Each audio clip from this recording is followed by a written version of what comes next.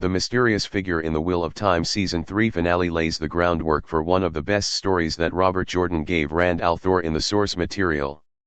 The Wheel of Time Season 3's ending cleverly toys with the idea of Rand experiencing the madness, with Egwene al'Vere watching in apparent disapproval as Rand destroys the Aiel and summons a storm with the One Power.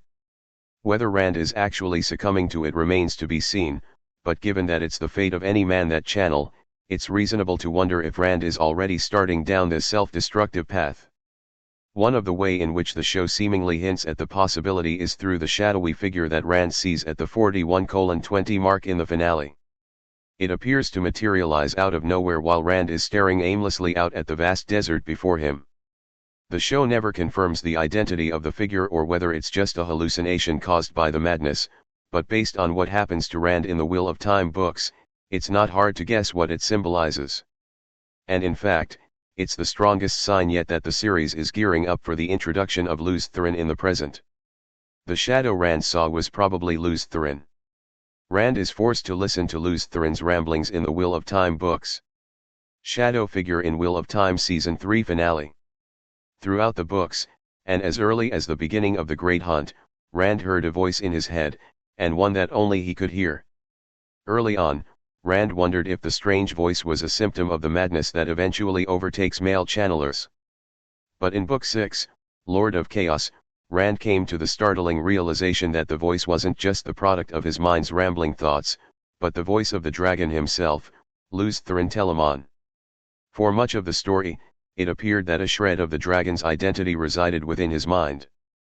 Lews Therin made sporadic remarks across several books, making observations about Rand's decisions and things that were occurring around him. Sometimes, he would laugh, whether it was something that Rand did that he perceived as foolish or in a way that showed how he had lost himself to the madness.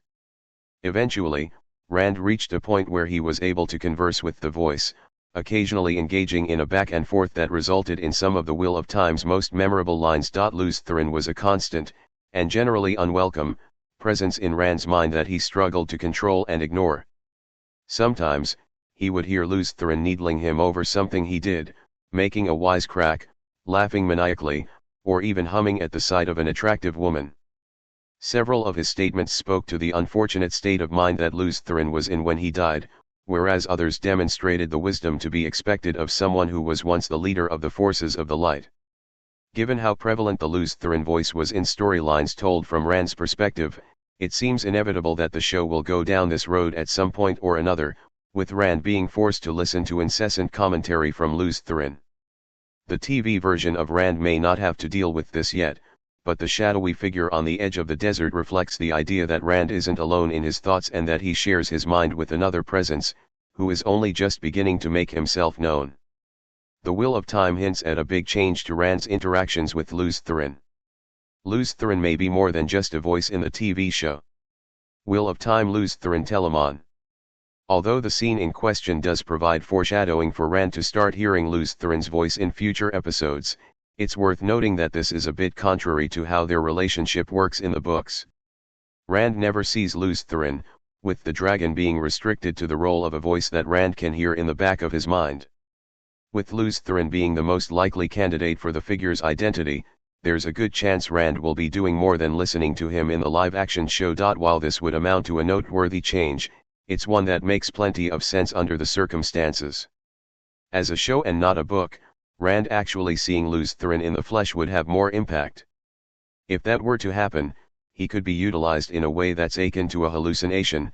He can appear as a person that no characters aside from Rand can see or interact with. For the show, using Lews Therin in a manner feels like a logical route for the show to take. After all, it already has an actor cast in the role, with Alexander Karim appearing as Lews Therin in the cold opens of the Seasons 1 and 2 finales. Karim could reprise the role in Season 4. And rather than just bring Karim back for some voice lines, the Wheel of Time could make the most out of its live-action format by having Karim show off the full range of Lews Therin's personality, complete with all the dramatic shifts between sane and unstable, humorous one-liners, and more. The Wheel of Time is already setting up a major Rand and Lews Therin scene. Galena Caspan is likely to lead Rand's capture in Season 4. The prospect of the Wheel of Time building up to Rand conversing with Lews Therin is made even stronger by the setup for a major storyline from Lord of Chaos. In the book, Rand is captured by Galena Caspan and the Red Ajah, who shield him and lock him in a box. While inside, Rand realizes he is powerless to escape, and for the first time ever, he turns to Lews Therin for help. By following Lews Therin's guidance, Rand unties the threads binding his shield, escapes, and mercilessly defeats the Aes Sedai in a spectacular display of his one-power capabilities. Elaita's stated plans to send 8 Aes Sedai after Rand indicate that it won't be long before the scene transpires in the show. The Red Ajah's hunt for Rand is already in its early stages, which offers evidence that Rand's epic escape from the clutches of the Aes Sedai is in the cards for the Wheel of Time Season 4. It would be a disservice to the source material to pull this off without Lews Therin there to pull the strings.